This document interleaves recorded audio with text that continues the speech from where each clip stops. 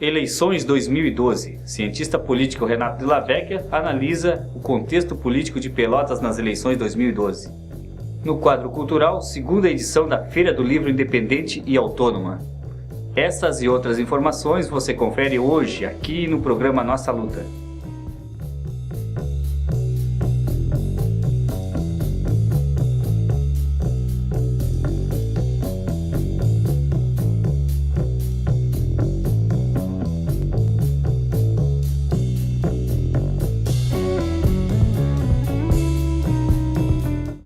Boa noite, eu sou Clóvis Rogério e esse é o programa Nossa Luta do Sindicato da Alimentação.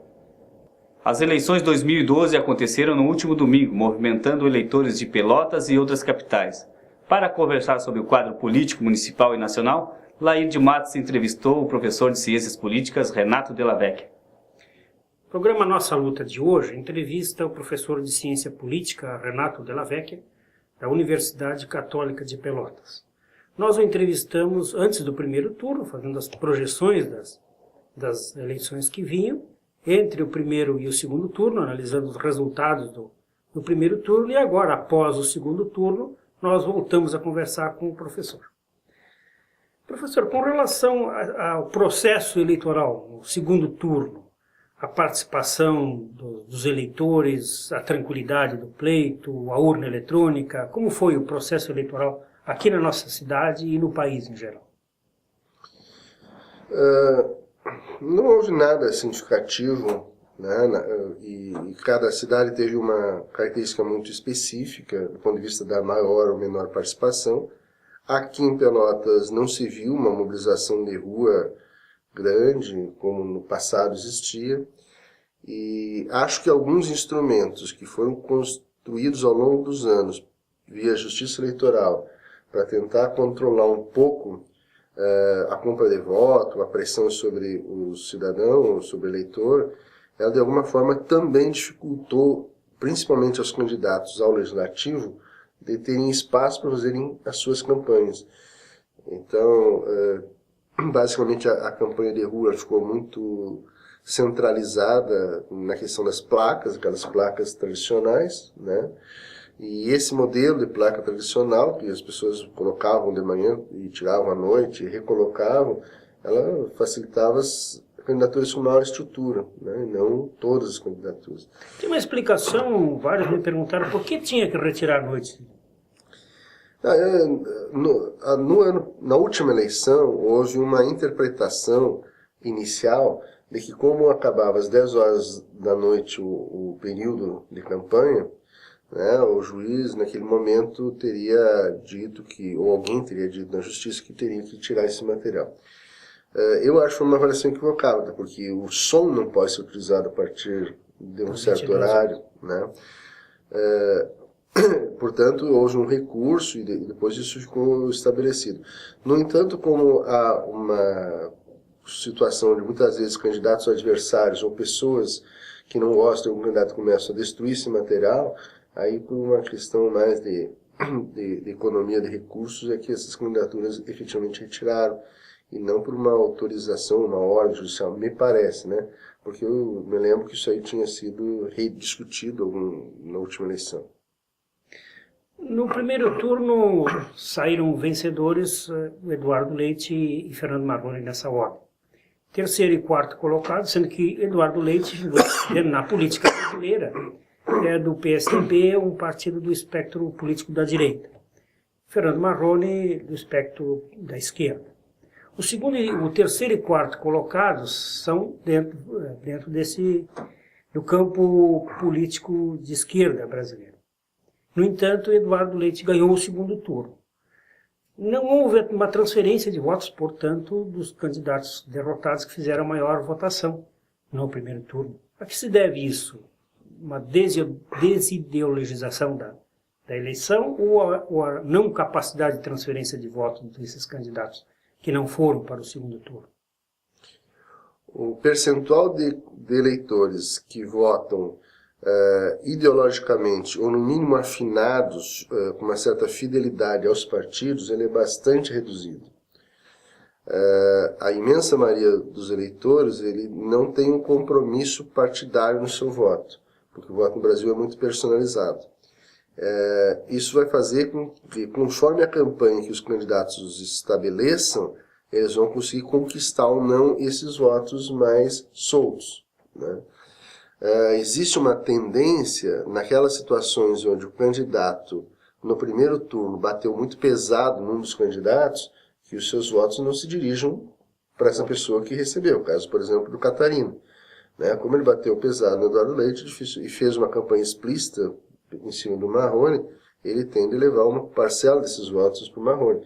Mas, de qualquer forma, os candidatos controlam uma pequena quantidade de votos, exatamente em função de que o voto não é fidelizado ao partido ou a um projeto político, mas sim a pessoas. Então, muitas pessoas votam no primeiro turno, né, por algum critério, mas no segundo turno há uma certa desvinculação desse processo. A não ser que haja uma disputa de campos políticos muito acirrada e muito clara no processo eleitoral, né, o que possivelmente não tenha acontecido, de ficar explicitada essas diferenças. Não que não existam, mas que para o eleitor não ficou claro, né, esse processo de diferenciação de campos políticos, mas sim de nomes, de candidaturas, de pessoas com maior ou menor capacidade de gerenciamento da prefeitura. Em relação à composição da Câmara e o candidato eleito, terá facilidades ou dificuldades o Eduardo Leite para aprovar os seus projetos na Câmara de Vereadores? Se a composição do secretariado e os acordos partidários se mantiverem de acordo com o processo eleitoral, a atual gestão da prefeitura vai ter mais de 2/3 dos votos da Câmara de Vereadores, o que garante uma tranquilidade para o prefeito eleito, né, não só de aprovar projetos, como uma maior capacidade também de intervenção na escolha do secretariado, na medida que ele tem uma força política considerável e não fica refém de um ou outro partido individualmente. Ele pode ter mais liberdade para indicar, montar o seu secretariado. Exato, tem mais força política. Isso seria diferente se ele tivesse uma minoria muito pequena, uma minoria, porque aí ele, né, prescindiria de certos partidos, ou de todos os partidos que pudessem compor com ele, e teria que fazer negociações para poder garantir esse apoio permanente. Né? Tendo uma sobra de votos, ele tem mais facilidade de fazer essa composição. Com relação ao panorama político eleitoral brasileiro, já pensando nas eleições de 2014, que são bem mais importantes que as atuais, em função de que elegem presidentes, governadores, senadores, deputados, enfim, a próxima composição da Câmara, Senado, né? Quem ficou mais credenciado para as próximas eleições? Quais os partidos que ficaram mais credenciados nesse momento para as eleições de 2014? Bom, os partidos que mais cresceram foram os partidos de centro-esquerda. PSB e PT são os partidos que, né, proporcionalmente mais cresceram. Com exceção do PSD, que não tinha bancada de prefeitos, né, eleitos em 2008. O PSD é um novo partido, o Partido do Kassab, como se diz. Que surgiu em 2010, portanto, em 2008 não tinha eleito nenhum prefeito, né, e passou a eleger mais de 90. Com essa exceção, os partidos de centro-esquerda cresceram, os partidos mais de oposição ao governo federal perderam um número de prefeituras, e uma grande quantidade de partidos menores, que eram inexpressivos, aumentaram a sua quantidade de prefeitos, ou seja, se pulverizou um pouco mais essa representação via dos partidos pelas prefeituras, né? Então, a tendência é que a Dilma seja candidata à sucessão dela mesma, dificilmente alguém vai apresentar outro nome alternativo dentro desse campo, o que pode surgir outras candidaturas no mesmo campo, né? Possivelmente quem está tentando construir esse espaço é o Eduardo Campos do PSB, não sei se vai conseguir viabilizar a candidatura dele, e a oposição possivelmente vai ter que pensar ainda em qual nome vai constituir. Os dois nomes que ela utilizou até esse momento estão bastante desgastados, que é o Serra, que perdeu a eleição, né, e o Alckmin, que já tinha perdido, né, numa eleição, inclusive, tendo no segundo turno menos votos que no primeiro. Então, possivelmente, a oposição ao governo federal tente agora, nesse momento, começar a tentar lançar alguns balões de ensaio, ou seja, lançar algumas candidaturas para ver se elas pegam, para, a partir daí, definir quem é o candidato à oposição ao governo federal.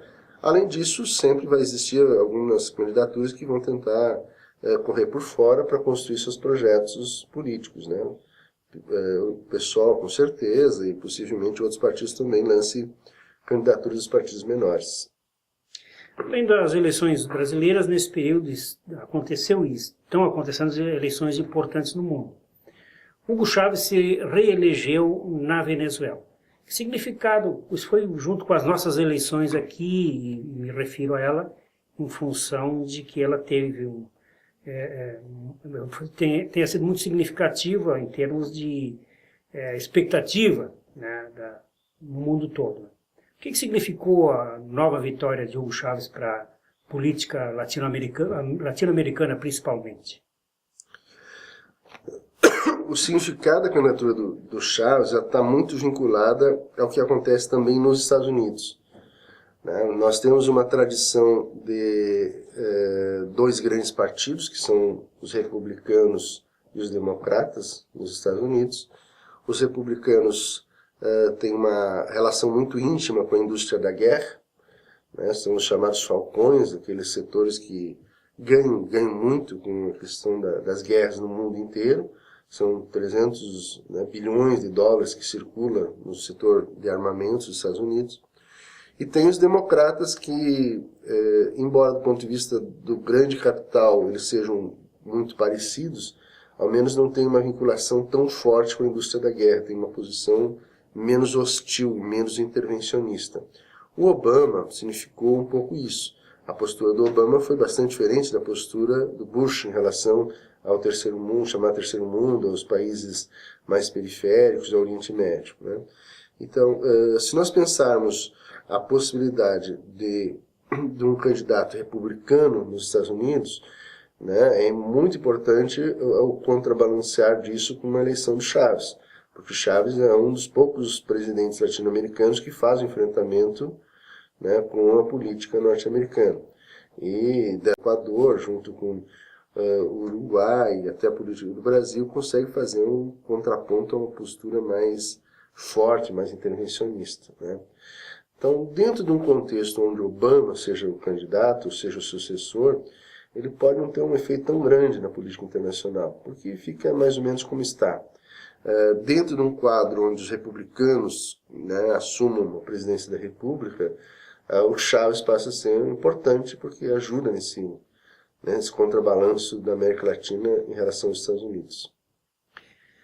Muito bem, nós ouvimos então o professor Renato Della Vecchia, professor de Ciência Política da Universidade Católica de Pelotas. O documentário A Ponte, produzido por Roberto Oliveira e João Weiner, mostra a situação de desigualdade social na zona sul de São Paulo, por meio da figura de Dagmar, conhecida como Tia Dag. Ela é a fundadora da mais exitosa experiência de educação integral no Brasil, a Casa do Zezinho. A entidade trabalha desde 1994 com o desenvolvimento de crianças e jovens. No início eram 6 Zezinhos, hoje a casa conta com mais de 1.200 crianças e jovens. Acompanhe com a gente.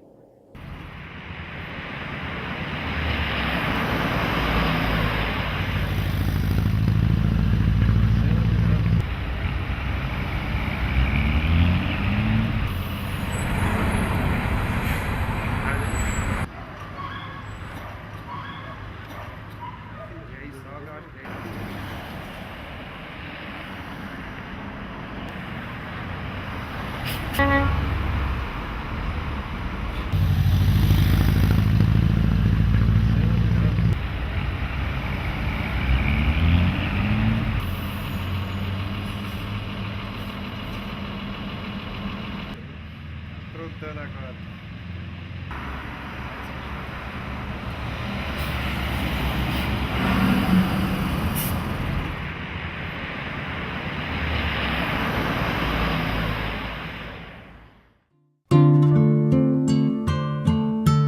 Uma menina de 10, 11 anos estava se prostituindo no Parque Santo Antônio.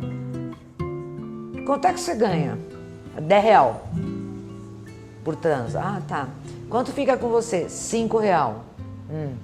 Ela virou pra mim e falou assim, por que, tia Dag, você nunca pensou em ser puta, não? Falei, olha, se eu pensasse em ser puta, eu ia ser puta em Brasília, mas não aqui. Como assim puta em Brasília? R$3.000 por transa. Em 2 anos você tem um senhor apartamento, você escolhe e se resolver, casa com conde italiano, resolver da vida, se é isso que você quer. Tá? Agora, no Parque Santo Antônio, eu dou 4 anos você está morta. Por doenças, por apanhar, por ter filhos, tá? Mas cada um escolhe o que quer, ponto. E eu olhei para cima, falei, ó, patrão, você me perdoa, tem que ser muito rápido, muito esperto. Eu não posso ter um discurso moral. Dali 3 dias ela me procurou. Tia Dag, eu quero ser puta em Brasília. Falei, opa, para de dar. Primeira coisa, vamos estudar. E hoje ela é dentista.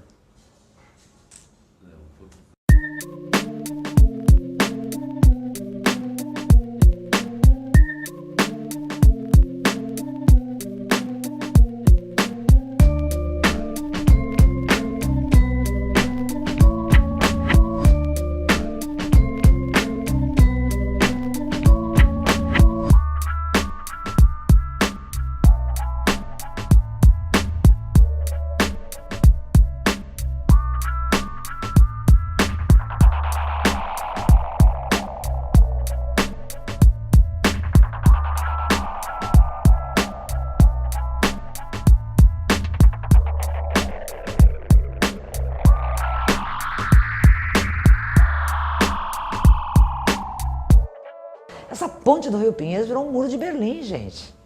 Para mim é isso. Agora, o meu jovem não pode atravessar, porque está agora cada vez mais rotulado, como bandido. Os que estão lá também não querem vir para cá, porque também tem muito a somar, muito, a ensinar também e a aprender também. É mais louco que o muro, né? O muro de Berlim dividia a Alemanha Oriental da Ocidental, né? E o Rio Pinheiros divide o pobre do rico. Por que a Zona Sul de São Paulo é a pior zona? Nós tivemos um processo histórico de ocupação na cidade de São Paulo, meados das décadas de 80, e que foi muito prejudicial ao desenvolvimento. Por quê? Porque as pessoas invadiram áreas de manancial de forma totalmente desordenada, o poder público não podia chegar lá para prestar os seus serviços, os seus produtos, enfim, a oferta de serviços públicos, então você não podia construir uma creche, não podia construir uma escola. Todo o sistema de transporte público naquela região foi muito prejudicado. A gente brinca dizendo que é a região da cidade onde o ônibus não faz a curva. E por que não faz a curva? Porque são ruas estreitas, ruas apertadas, a ocupação totalmente desordenada. E a região sul concentra tudo isso porque o poder público demorou muito tempo para se convencer que, ainda que fosse a área de manancial já invadida, ele tinha que ter presença, sob pena de nós termos lá uma anarquia e um caos completo.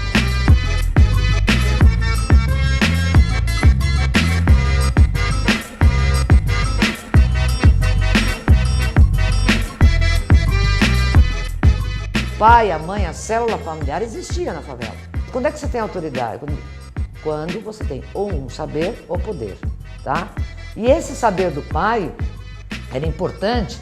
Formiga vai mudar de lugar, vai chover, posso plantar aqui, posso fazer uma caçamba aqui, posso fazer uma casa aqui. Esse pai era respeitado pelo saber. Quando entra a televisão, Médici ou Mudici, Milagre Econômico do Brasil, todo mundo começa a ver Danoninho, Canetinha, e eles querem, óbvio. E eles começam a roubar dentro da própria comunidade deles. O que acontece com esse menino? A gente começa a ver o nome no poste dos que iam morrer em 7 dias. Isso quer dizer 11, 12, 13 anos.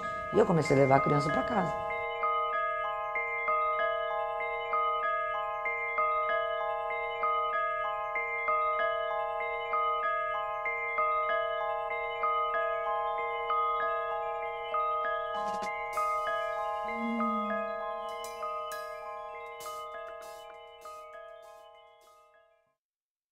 Eu tenho essa promessa comigo mesmo de quê? De desanimar jamais, ou de quê? De sempre achar uma luz, né?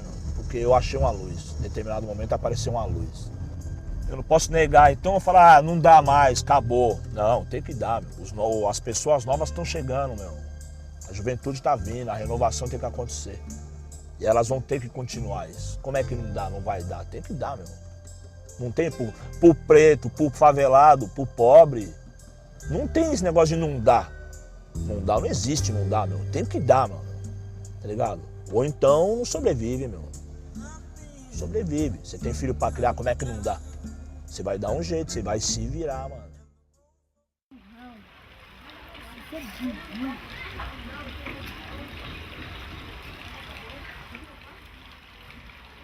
Um amigo tem 5 filhos, desempregado, não tem onde morar, tem que morar dentro do córrego. Tá vindo essa água aí, passava até aqui. Aí como que eu vou fazer? Cavar essa broca, você não pode cavar com a água correndo daquele jeito.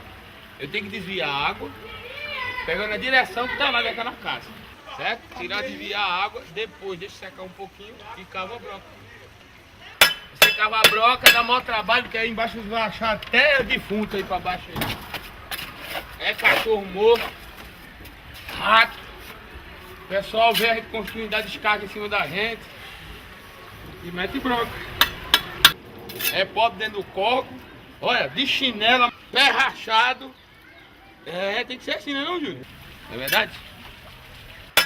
As pessoas saem do Grajaú, que é um dos territórios mais pobres, mais miseráveis. Nós, do Sindicato da Alimentação de Pelotas, queremos, dentre tantos incentivos aos nossos trabalhadores, motivá-lo também à prática do esporte, buscando assim o bem-estar social e a melhoria da saúde dos trabalhadores. Para isso, temos o Campeonato de Futsal do Sindicato da Alimentação. Confira como foi a última rodada das quartas de finais.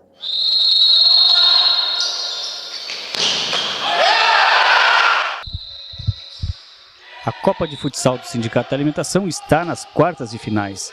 Os jogos da última rodada foram Josapar Pacote 5, Frigorífico Bom Sul 6, Coplantil 7, Pelotas B 5. E a classificação é a seguinte pela fase ouro. Em primeiro classificado já a Cereale B com 9 pontos e em segundo Consulate Produção com 6. São as duas equipes do grupo A classificadas para a próxima fase. Pelo grupo B, a classificação ainda está indefinida. Tem em primeiro a Roseira Orlândia com 6 pontos e o saldo positivo de 7 gols. E em segundo, Coplantil também com 6 pontos e o saldo 0.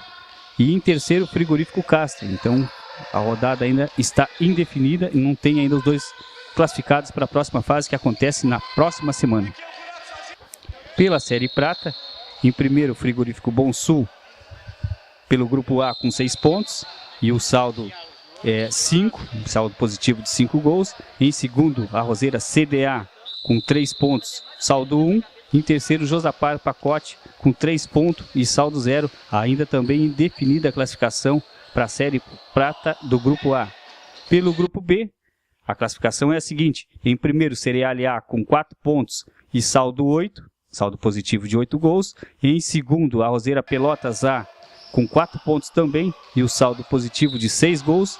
E em terceiro, a Dip Peixoto com 3 pontos e o saldo negativo de 4 gols. Então, também a classificação embolada aí do grupo B da Série Prata da Copa de Futsal do Sindicato da Alimentação. Os próximos jogos acontecem dia 6, terça-feira, no Ginásio Cruzeiro, e no dia 7 também o outro jogo da semifinal no Esporte Clube Cruzeiro, que fica localizado ali à Rua Álvaro Chaves, 768, próximo ao estádio do Bento Freitas. Trabalhador, mobilize essa torcida e participe deste grande evento promovido pelo Sindicato da Alimentação.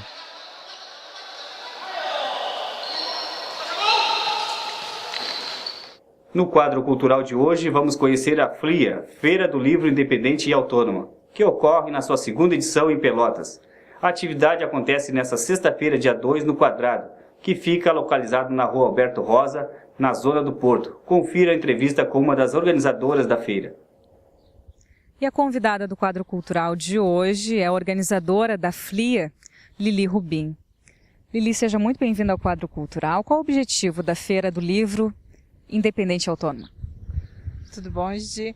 Bom, a ideia dessa segunda edição da FLIA é repetir um pouco da primeira que é juntar, então, escritores, expositores que produzem de maneira independente e autônoma, sem estarem vinculados, né, a essa ideia de grande mercado e grandes indústrias de difusão, para estar levando um pouco, né, dessa produção que às vezes fica por baixo dos panos aqui em Pelotas. Essa ideia, né, a feira, ela vem exatamente como uma proposta, uma contracultura, né, às feiras do livro tradicionais, e surge em Buenos Aires, né, em 2006. Então, no ano passado, trouxe a ideia para cá, deu certo, o pessoal gostou muito, e esse ano a participação foi bem maior, assim, na hora de procurar exatamente para organizar e criar a feira, essa segunda edição da FLIA 2012. E a FLIA conta com muitos parceiros aqui em Pelotas, coletivos que já lidam de alguma maneira com culinária, com literatura. Como que é essa parceria e como que faz também para poder participar? Bom, esse ano a gente vai estar contando, né, novamente com a Junelice, com a Coisa de Vó, que faz essa mescla de literatura culinária, né, com o Jorge Braga, com também o Deco Rodrigues também falou, confirmou presença, ou seja, vários escritores vão estar participando. Os que participaram ano passado, mais novos que se somaram. E para participar é bem simples. Basta entrar em contato com a gente pelo fliapelotas@gmail.com ou através do Facebook, o Flia Pelotas. E aí mandar a sua sugestão de ou apresentação artística ou atividade em torno da literatura. Pode ser uma oficina de leitura, enfim, né, o que se propõe a estar oferecendo nesse dia 2 de novembro. E também, né, quem tiver a sua banca e quiser chegar e expor, o espaço está mais que aberto, afinal é um dia de troca, é um dia de compartilhar muito do que a gente tem muito gosto e amor, que é a literatura. E também a programação da FLIA conta com apresentações artísticas, além de contação de história. Como que vai se dar essa programação? Esse ano a gente está pensando em fazer uma tenda infantil para atender os pimpolhos, né? E aí vai ter uma parte para contação de história para criança, oficinas, etc. E além disso, né, vai ter apresentações musicais de vários grupos que já confirmaram presença. E como o pessoal do Aedes Crio, o Pedro Moraes também vai estar participando, várias pessoas, enfim, né, que se interessaram em estar usufruindo do palco aberto, né, que vai estar nesse dia lá na FLIA Pelotas. E vai acontecer aonde, horário, as informações para todo mundo poder participar? Então, convidando, né, venham para a FLIA Pelotas, dia 2 de novembro, no Quadrado, que fica na zona portuária de Pelotas, a partir das 10 da manhã até o anoitecer, até o sol se pôr. E um dos autores que vai estar lançando o livro na Feira do Livro Independente Autônoma, na sua segunda edição, é o Daniel Moreira, que vai apresentar então o livro Reversos. E eu vou ler uma poesia que ele fez em homenagem à Radicom, que é então a realizadora dessa segunda Feira do Livro Independente Autônoma. Radicom. Eu queria voar bem alto, sem ser, quem sabe, uma torre de transmissão, ligando a periferia ao asfalto, transformando em felicidade todo tipo de solidão. Eu queria gritar bem alto, entrar pelos ouvidos da multidão, livrar o povo do constante assalto sobre a nossa cultura e informação. Eu queria ser uma onda positiva no ar, que pudesse entrar em todo lugar, falando de poesia e tempo bom. Eu queria tocar um bom som, ver todo mundo me sintonizar e ser como a Radicom. Esse foi o programa Nossa Luta, apresentado pelo Sindicato da Alimentação. Para acompanhar esse e todos os outros programas, acesse no YouTube. Coloque lá Nossa Luta 1.tv e você vai acessar este programa e todos os outros programas Nossa Luta disponíveis na internet.